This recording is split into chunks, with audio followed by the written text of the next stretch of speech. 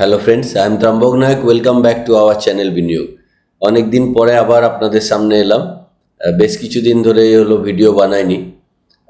তো কিছু ব্যক্তিগত কাজও ছিল, প্লাস মার্কেটেও সেরমভাবে কিছু বলার মতো কিছু হচ্ছিল না বলে ভিডিও বানাইনি। তো রিসেন্টলি দু একদিন হলো মার্কেট একটু ওপরের দিকে উঠছে এবং অনেক স্টকে কিন্তু মুভমেন্ট আসছে। সেরমভাবে কোনো মুভমেন্ট আসেনি, কিন্তু কিছু কিছু স্টকে মুভমেন্ট আসছে। তো সেই নিয়েই একটু আপনাদের সঙ্গে আজকে আলোচনা করব, ওভারঅল মার্কেট নিয়ে আর কিছু স্টক নিয়ে। যে স্টকগুলো আমি এই চ্যানেলে আগে ডিসকাশন করেছিলাম, সেই ডিসকাশনের ভিত্তিতে কোথায় সেই স্টক টার্গেট আদৌ অ্যাচিভ করলো কিনা সেই নিয়ে আমরা জাস্ট একটু রিভিউ করব। তো আগেই বলে রাখি যে এই চ্যানেলে আমি কোনো রেকমেন্ডেশন করি না। আমি এই চ্যানেলে আমার আসার উদ্দেশ্য একমাত্র আপনাদের শেখানো। আপনারা এই চ্যানেলে আমার সঙ্গে শিখতে থাকুন। আমি নিজেও এই চ্যানেলে মাধ্যমে আমার পড়াশোনা, আমার রিসার্চ আপনাদের সাথে শেয়ার করি। আপনারাও এই চ্যানেলে আমার সাথে শিখতে থাকুন। দয়া করে কোনো স্টককে রেকমেন্ডেশন হিসেবে নেবেন না। এখানে বাই সেল করানোর কোনো উদ্দেশ্য আমার নেই। তো কিছুদিন আগে আমি এই চ্যানেলেই আলোচনা করেছিলাম একটা স্টক নিয়ে, যে সূর্যোদয় ব্যাংক। তো সূর্যোদয় ব্যাংকে একটা কাপ উইথ হ্যান্ডেল প্যাটার্ন তৈরি হয়েছিল। তো কিছুদিন আগেই কিন্তু সূর্যোদয় ব্যাংক সেই টার্গেট কিন্তু অ্যাচিভ করেছে। আপনারা পুরনো ভিডিও আমার এই চ্যানেলে ঘাঁটলে দেখতে পাবেন, সূর্যোদয় ব্যাংক বলে সার্চ করে দেখবেন আমি ওখানে টার্গেট সেট করেছিলাম এবং এক্স্যাক্ট ওই জায়গায় টার্গেটটি হিট করেই কিন্তু আমি নিজেও প্রফিট বুকিং করেছি। এবং ওখান থেকে তারপরে টার্গেট হিট করার পর কি স্টকে হয়েছে, তারপরে কিন্তু অনেকটা স্টক আবার নেমে গেছে। তো টেকনিক্যাল অ্যানালিসিস কিন্তু খুব জরুরি। ফান্ডামেন্টালি আমাদের দেখতে হয় যে কোম্পানিকে আমি আদৌ কিনবো কিনা, মানে কোম্পানিটা কেনার যোগ্য কিনা, কোম্পানিটাকে আজকে কিনে রাত্রিবেলায় মানে নিশ্চিন্তে ঘুমোতে পারি কিনা, সেরকম কোম্পানি কিনবো। এবং টেকনিক্যাল অ্যানালিসিস বলে যে যেখানে আমি কিনবো আর কোথায় আমি বিক্রি করব। তো সূর্যোদয় ব্যাংকের আমরা যদি প্রাইসের চার্ট দেখি, তাহলে কিছুদিন আগে পর্যন্ত মানে অনেকটা ডাউনে ছিল। এখানে আমি সূর্যোদয় ব্যাংক, এখানে আমি চার্টটা ওপেন করেছি সূর্যোদয় ব্যাংকের। তো এখানে 52 উইক হাই, 52 উইক লোয়ের এটাকে বন্ধ করে দিই। তো এখানে একটা কাপ উইথ হ্যান্ডেল প্যাটার্ন দেখুন। আমি আগে এই চার্টে যখন ভিডিওটি বানিয়েছিলাম তখন আমি তৈরি করে রেখেছিলাম যে এখান থেকে একটা বড় কাপ হয়েছিল এবং একটা হ্যান্ডেল তৈরি করেছিল। তারপরে কিন্তু এখান থেকে ব্রেকআউট নেয়, মাল্টিপল হ্যান্ডেল হয়, একটা হ্যান্ডেল এখানে আবার দুটো হ্যান্ডেল হয়। তারপর এখান থেকে ব্রেকআউট নিয়ে এখান থেকে স্টক, যেদিন আমি ভিডিও বানিয়েছিলাম স্টকটি আগের দিন ব্রেকআউট দিয়ে প্রায় 11.51% বাড়ে। তারপরের দিন এই জায়গাতে মোস্ট প্রবাবলি আমি ভিডিও বানিয়েছিলাম 11ই মে 2026। তারপর থেকে আমি টার্গেট সেট করেছিলাম যে আমরা 214-213 টাকার কাছাকাছি। তো এক্স্যাক্টলি এখান থেকে একটু সাইডওয়েজ মুভমেন্টের পর, মানে যেখানে আমি বানিয়েছি 11ই মে মাসের পর জুন মাস, জুলাই মাস করে, জুলাইয়ের একদম এন্ডে এখানে 24 জুলাইয়ে কিন্তু স্টক প্রাইস 213 টাকার কাছে গিয়ে একদম ওপরে জাস্ট টাচ করেই এখানে দিনের কোনো একটা সময় টাচ করেছে। এখানে যদি আমরা এটার 15 মিনিটস চার্টে খুলি তাহলে আপনারা বুঝতে পারবেন যে এক্স্যাক্ট সকালবেলাতেই কিন্তু একদম কন্টিনিউয়াস ওপরে গিয়ে আমাদের প্রাইস টার্গেট টাচ করে। এবং আমি আবার এটাকে ডে চার্টে কনভার্ট করে নিলাম। তারপর থেকে কিন্তু টার্গেট প্রাইস টাচ করার পর এখান থেকে কিন্তু ফল, পরপর 4টে দিন ড্রাস্টিক্যালি ফল হয় এবং আজকে 162 টাকার কাছে আছে।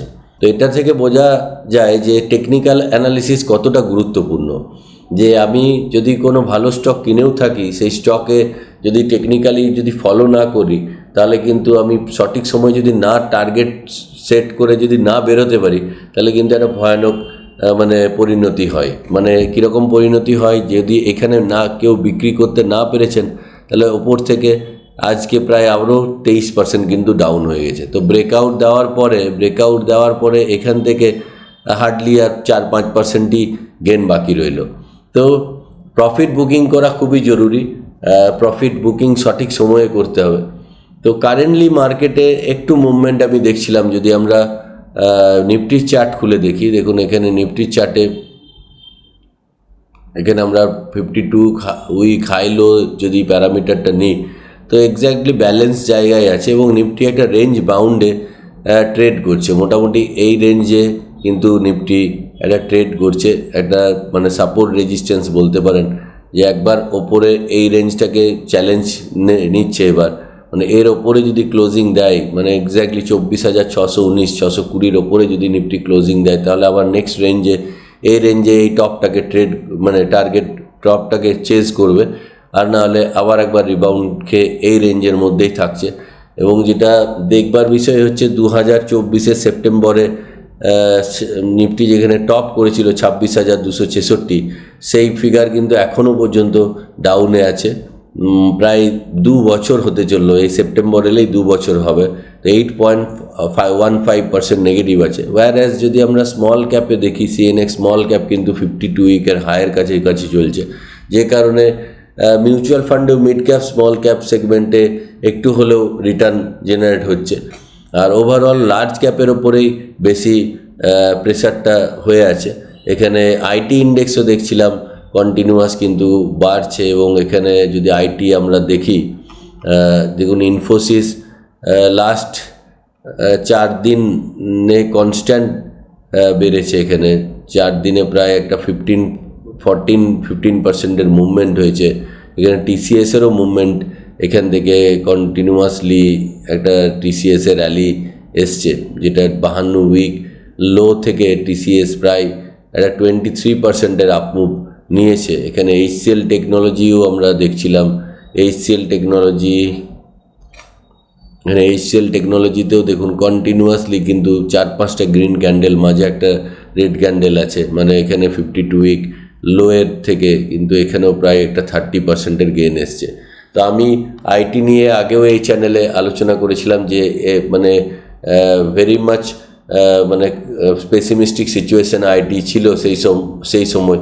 তো আমি বলেছিলাম যে কোনো সময় এখান থেকে রিবাউন্ড করাই কাম্য, তো সেই রিবাউন্ডটাই হচ্ছে। তো আইটিতে এখানে ইনফোসিস, টিসিএস, এইচসিএল টেক এই সব স্টকে কিন্তু ভালো রকম একটা মুভমেন্ট দেখা গেছে। তো ওভারঅল মার্কেটে এরকম আইটি কিছু স্টকের বাদ দিয়ে আরও অন্যান্য স্টকেও কিন্তু রিকভারি আসছে। রিসেন্টলি কালকে আমি দেখছিলাম একটা ইন্টারেস্টিং ব্যাপার, যে হিন্দুস্তান ইউনিলিভার কিন্তু বেশ ভালো রকম ফল হলো। তো কিন্তু যদি আপনি রেজাল্ট দেখেন তো দেখবেন কমপ্লিটলি উল্টো হচ্ছে। তো এখানে হিন্দুস্তান ইউনিলিভারের আমি চার্টটা খুলছি, দেখুন কালকে প্রায় এখানে 7%-এর কাছাকাছি একটা বিগ রেড ক্যান্ডেলে ফল হয়েছে সকালের পর থেকে। 15 মিনিটের চার্ট যদি আমরা খুলি, একদম সকালে 10টা 15 নাগাদ থেকেই কিন্তু হিন্দুস্তান ইউনিলিভারের ফলস চালু হয়, এবং এটা প্রায় দিনের শেষ পর্যন্ত 3টে 15 পর্যন্ত ক্যান্ডেলে কিন্তু ফল জারি থাকে। আজকে আবার দেখলাম যে এখানে রিকভারি হয়েছে, একটু হলেও রিকভারি হয়েছে, একটা 4.5%-এর রিকভারি হচ্ছে। তো হিন্দুস্তান ইউনিলিভারের যদি আমরা ফান্ডামেন্টাল খুলে দেখি, তো হিন্দুস্তান ইউনিলিভার ইটস এ মানে সাউন্ড ফাইন্যান্সিয়াল কোম্পানি। এখানে ROC, return on capital employed 28.4, return on ইকুইটিও যথেষ্ট ভালো আছে 31। এখানে মার্কেট ক্যাপ প্রায় 5 লাখ কোটি টাকার মার্কেট ক্যাপ আছে। তো ওভারঅল পি রেশিও যদি আমরা চার্ট খুলে দেখি, তো মিডেন পি 55, সেখানে 45-এ ট্রেড করছে। আর প্রফিট অ্যান্ড লস অ্যাকাউন্টে আমি একটা ইন্টারেস্টিং জিনিস দেখছিলাম, যে এখন এটা লাস্ট টিটিএম একটু লাস্ট 12 মান্থের আর কি, ট্রেলিং 12 মান্থে 15,000 কোটি টাকার মতো নেট প্রফিট আসছে। 2026-এ 15,000 কোটি টাকার নেট প্রফিট এসেছিল, 2025-এ 10,000 কোটি টাকার নেট প্রফিট এসছে, মানে প্রায় 50% জাম্প করেছিল। ওয়ারএজ সেখানে 2016 সালে মানে 26-এর থেকে ঠিক 10 বছর আগে 4,151 কোটি টাকার কোম্পানি নেট প্রফিট হতো, আর এখন সেটা 15,000 কোটি টাকার নেট প্রফিট, মানে প্রায় 262%-এর নেট প্রফিট গেইন হয়েছে। কিন্তু আমরা যদি এখানে স্টক প্রাইসের সিএজিআর দেখি, দেখুন 10 বছরে হিন্দুস্তান ইউনিলিভারের মতো কোম্পানি মাত্র 9% সিএজিআরে গ্রো হয়েছে। মানে ব্যাঙ্ক এফডিতে 7% রিটার্ন পাওয়া যায়, তো মোরলেস ব্যাঙ্ক এফডির থেকে একটু হয়তো কর্পোরেট ডিপোজিটে 8-9%-এ কোনো কোম্পানি দেয়, তো সেরকমই রিটার্ন জেনারেট করছে লাস্ট 10 বছরে।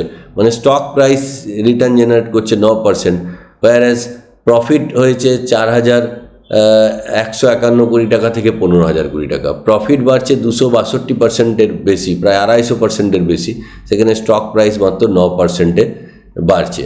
তো এই জন্যেই এত বিচিত্র স্টক মার্কেট। আমি দেখছিলাম যেসব কোম্পানির রেজাল্ট আসছে এবং ভালো রেজাল্ট করছে সেই কোম্পানিগুলোকে বেশি করে মার্কেটে ফল হচ্ছে। যেমন এইচডিএফসি ব্যাংক যদি আপনারা দেখেন, তো এইচডিএফসি ব্যাংকের কিছুদিন আগে রেজাল্ট এলো, তারপর থেকে একদম কন্টিনিউয়াসলি একটা মানে ফল প্রায় 10%, 12%, আগের দিনে প্রায় 12% ফল ছিল, দুদিন একটু ওপরে রিকভারি করলো, 10.72 নেগেটিভ রিটার্ন দিচ্ছে।